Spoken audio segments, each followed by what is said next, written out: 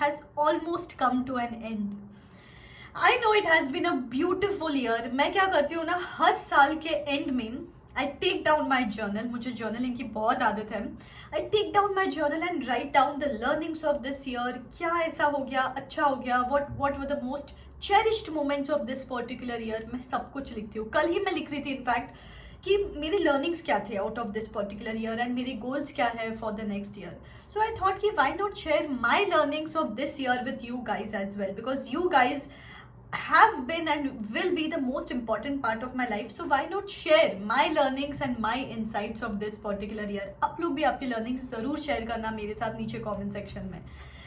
So guys, the first thing जो मेरी biggest learning है out of this particular year is health is wealth. Now I know this may sound cliched, right? कि health is wealth, ma'am क्या बोल रहे हो? See guys, ये ना जब तक आप एक्सपीरियंस नहीं करते हो, जब तक हेल्थ को कोई शौक नहीं बैठता, तब तक ये चीज़ की इंपॉर्टेंस नहीं समझ में आती है.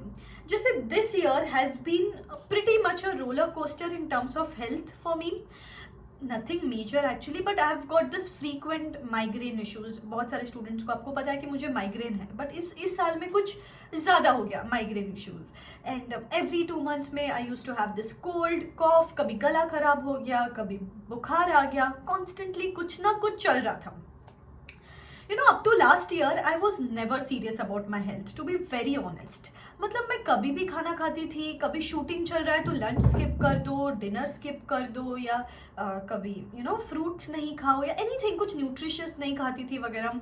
But this year has taught me the importance of health guys. जब तक हेल्थ इन प्लेस नहीं है ना, बचा हुआ सब कुछ इज़ अ वेस्ट. मतलब you can not enjoy even the little things of your life. तो प्लीज़, मैं तो जैसे कि I have started working out, I have started some good stuff, बहुत सारी चीज़ें मैंने मेरे रूटीन में अलाइन की है फॉर द हेल्थ प्रोस्पेक्ट. आप भी गाइज, अपन क्या करते हैं ना, बेसिकली ये हर सीए स्टूडेंट की आदत होती है, हेल्थ के तरफ ध्यान नहीं रहता है कि स्टार्टिंग से अपन पढ़ाई कर रहे, आर्टिकलशिप कर रहे, कभी भी कुछ कचरा खा रहे, कुछ हो गया, ऐसे हो गया, वैसे हो गया. बट प्लीज़ गाइज, ये this is the biggest blunder you can do for yourself. तो प्लीज़ आप भी आपके हेल्थ का ध्यान रखो.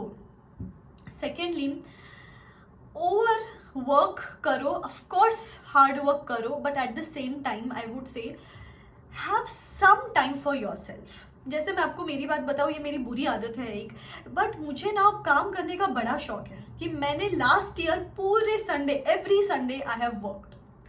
तो उस बीच ना मुझे कभी कुछ फील नहीं होता, but somewhere I feel there should be a life apart from work, right? कि कुछ ना कुछ आपको एक टाइम निकालना चाहिए खुद के लिए. ये अगेन आदत होती है एक सीए स्टूडेंट की कि we are constantly over working, and ये मुझे आज तक आदत है एज अ प्रोफेशनल ऑल्सो. तो मैंने ये सोचा है कि in this particular year at least I have thought, I am not committing this, but मैंने सोचा है एटलीस्ट कि यार संडेज को काम नहीं करूँगी. बचा हुआ टाइम भले ही आई वर्क, बहुत काम कर लो 10-12 आवर्स, बट संडे के दिन आई हैव डिसाइडेड कि थोड़ा मी टाइम होना चाहिए, राइट? बनता है ना, थोड़ा मी टाइम तो बनता है. तो उस टाइम कुछ भी रीडिंग करना है, कुछ अच्छा देखना है मुझे, movie time, anything, but Sunday का दिन मेरा होगा, ऐसा मैंने सोचा है. But my husband was seeing कि जब मैं वो बना रही थी गोल्स, तो उन्होंने बताया कि तू सब कर लेगी, ये वाली चीज़ तो नहीं करेगी. Now let's see, let's hope, देखते हैं कि क्या होगा. थर्ड चीज़ जो है वो है family time. Guys, I suck at it. मैं ऑनेस्टली बोलूँ कि मेरी सिस्टर की वेडिंग थी ना रिसेंटली, अभी 8th ऑफ दिस मंथ को मेरी सिस्टर की वेडिंग थी, and till 5th of this month I did not even care to ask her कि तुम्हारी तैयारी कैसे चल रही है, आप कैसे हो, दिस दैट.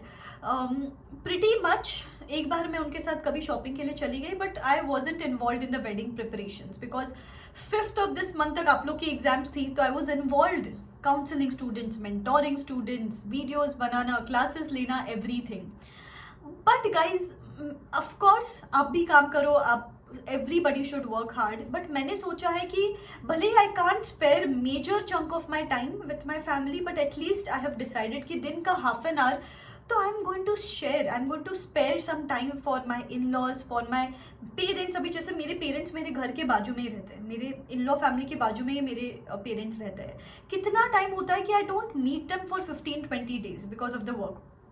इस बार मैंने सोचा है कि I am going to spare time for that. भले I take out 15 minutes of my day, but I am going to spare some time for them. You know, you will get those smiles, the precious smiles of your parents. उनको बस उतना चाहिए यार कि half an our उनके साथ बैठ जाओ, भले share the dinner plate with them या जो भी है.